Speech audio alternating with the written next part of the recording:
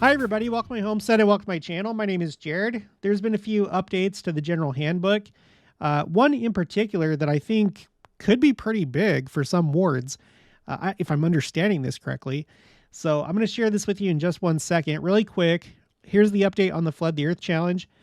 We got to 9,000. So now we're within 1,000 of the goal, which is 10,000. So please keep it up. Just remember that the goal is to try and share at least 10.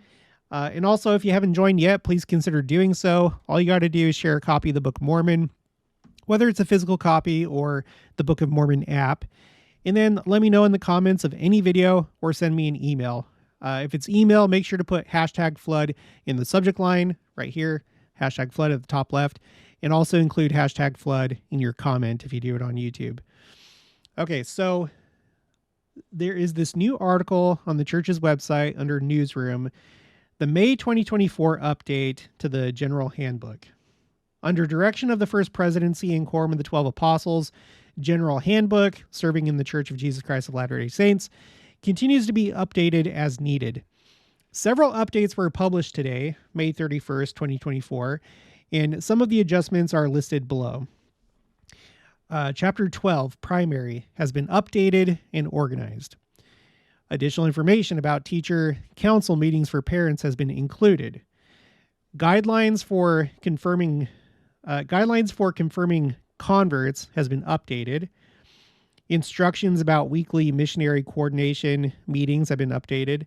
Information about My Covenant Path and the Covenant Path Progress Record has been added.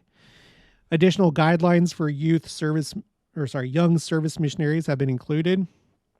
Information about providing interpretation for meetings has been added.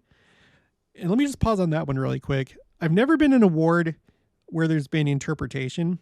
Let me know if your ward is one that has this. And I guess that could be for anything, whether it's like sign language or for another language.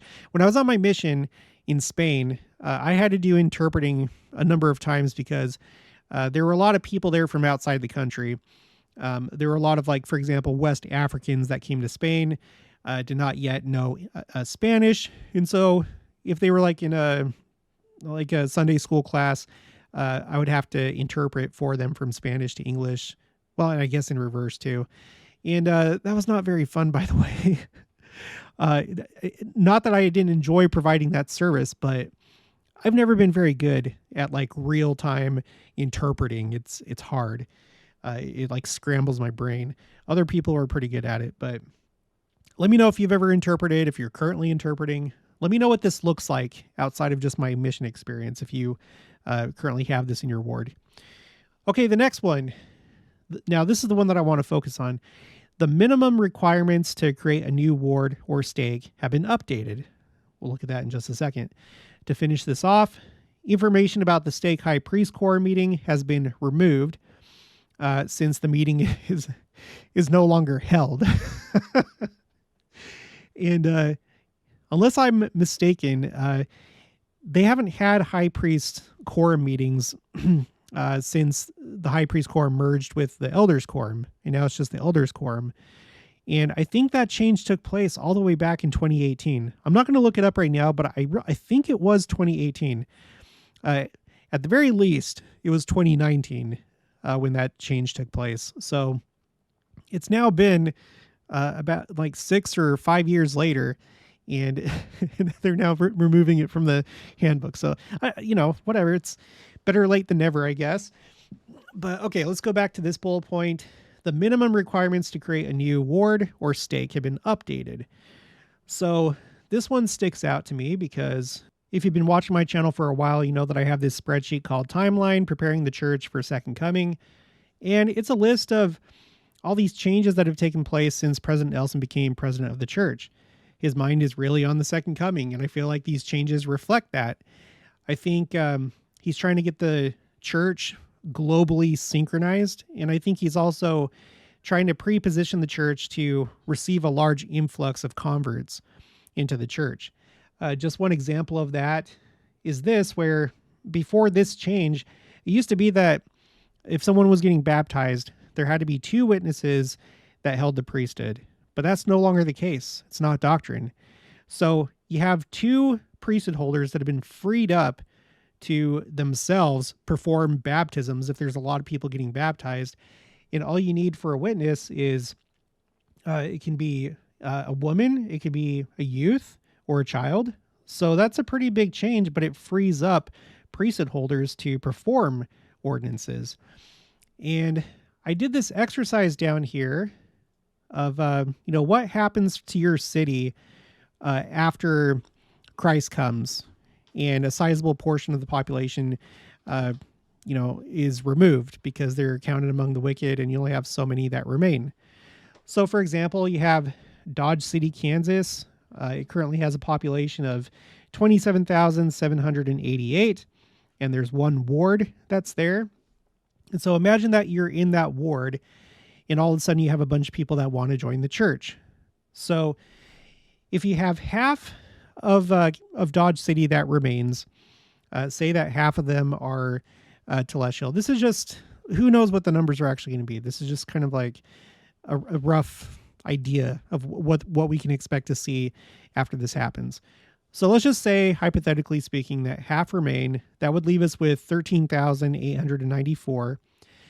And then if 70% of those want to join the church, it'd be about 9,700 people that would suddenly be looking to that one ward in Dodge City.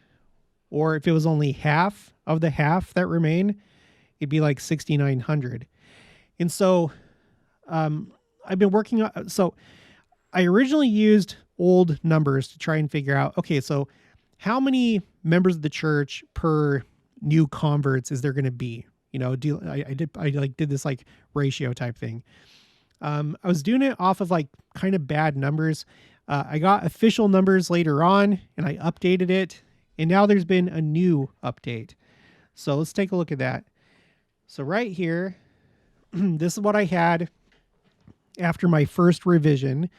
I can't remember when they clarified this, but there used to be like a different standard between the rest of the world and the United States and Canada. The United States and Canada had like a different requirement for stakes and wards, but everything's become globally synchronized in terms of ward and stake sizes. So with that recent update, this is how it's gone. What I have in blue, this is what's new. Okay. So for a stake, you have to have 2,000 members, and it doesn't matter if they're active or less active, but you do have to have 500 participating adults. You also have to have 150 active, full tithe-paying Melchizedek priesthood holders capable of serving in leadership positions. And that was it. I don't think you had these two other requirements right here. I think this is new, at least when it comes to the youth.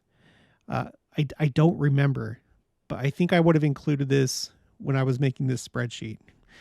So now for a stake, not only do you have to have the 2,000 members, 500 participating adults, and 150 full tithe-paying Melchizedek priesthood holders, but you also have to have 100 participating youth. And it doesn't matter if they have a temple recommend or not, just 100 participating youth, and then at least 5 wards to become a stake. Okay. And then for the ward size, it's pretty similar. They've added on the requirement to have 20 participating youth. And then for like the total number of members, 250, participating adults, 100, and then Melchizedek priesthood full tithe payers, 20. So I think the big change is the number of youth required. And I think that could be a big deal for some wards, because all growing up, okay, until I got married, well, no, even when I was married, all growing up, and then in my early marriage, I have always lived in these like what they call newlywed and nearly dead wards, where you have all these people that are either retired or people that are like living in apartments in that area that are newlyweds or students in school. And so I grew up not having very many youth at all. In fact, for a time, I was the only youth. And then we ended up going to another ward. but it didn't have much more than the ward that I came from. In my area, there just wasn't very much youth. I'm talking about North Murray, the southern part of South Salt Lake. That's where I was, and there just was not a whole lot of youth there. So, as we're thinking about ward size, in fact, my ward right now, I don't know that we have 20 youth.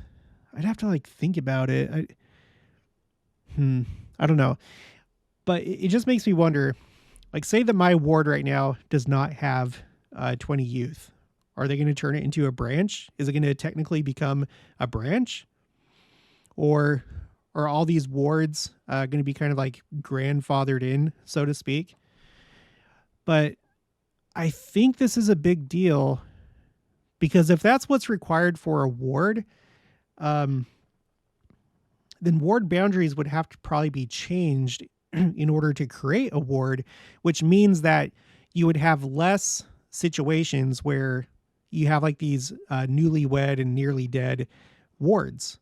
So someone like me, if they had redrawn the boundaries where it's okay, well, we can't do it how we currently have it because there's only one young priesthood holder, one young Aaronic priesthood holder in this one ward. So we need to redraw the maps so that there's at least 20 youth, not just him.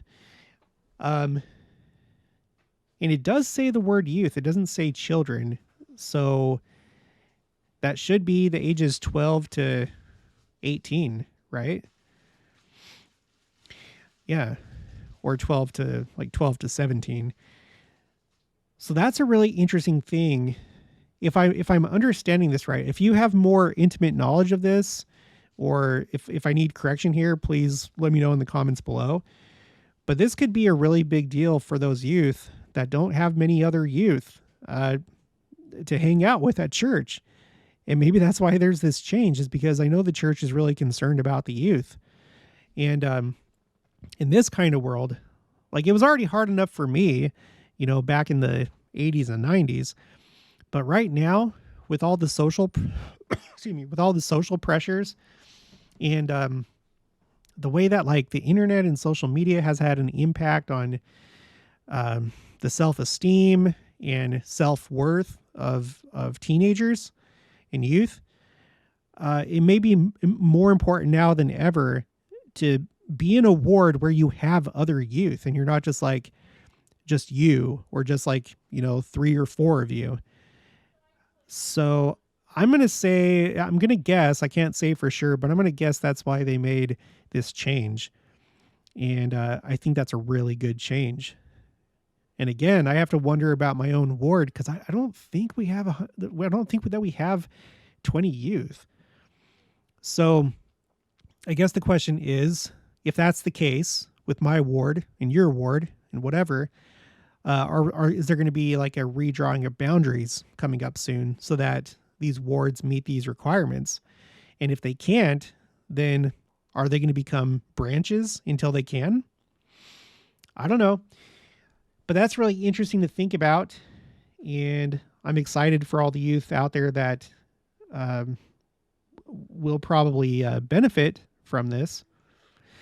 So anyway, let's get back to this really quick, just in case you were curious and you haven't seen my other videos. So this is kind of how it is. So if 50% of Dodge City, those that remain after the cleansing of the earth, if 50% of those that remain want to join the church, and you just have the one ward in Dodge City, then you're looking at these numbers. You'd have one member of the ward to 28 new people. Now, if we exclude the youth and the children, if we're talking about participating adults, then it would be one participating adult per 70 new people that want to join the church. And for Melchizedek priesthood holders, it's going to be one Melchizedek priesthood holder to 347 people that now want to get baptized. So you see how freeing up witnesses to baptisms could maybe help in this kind of situation. So I don't know. And then if it's more than that, then it's like one member of the ward to 39 people. If it's adults, if we're just talking about participating adults, one per 97. And then Melchizedek priesthood holders would be 1 to 486. So yeah, I hope that we're all ready whenever the second coming happens. Or if there's like some like triggering event that causes a large influx of people into the church right now before the second coming, I hope that we're ready for that. And then here's like the worldwide numbers, and the numbers are just staggering. So anyway, that's going to be it for this one. So let me know what you think about this. Am I getting this right? Am I understanding this right? I think I am. Yeah, that's going to be it for this one. If you haven't already, please make sure to subscribe, like this video if you liked it, leave your thoughts and opinions down in the comments below. Also make sure to share it, and I'll talk to you guys later.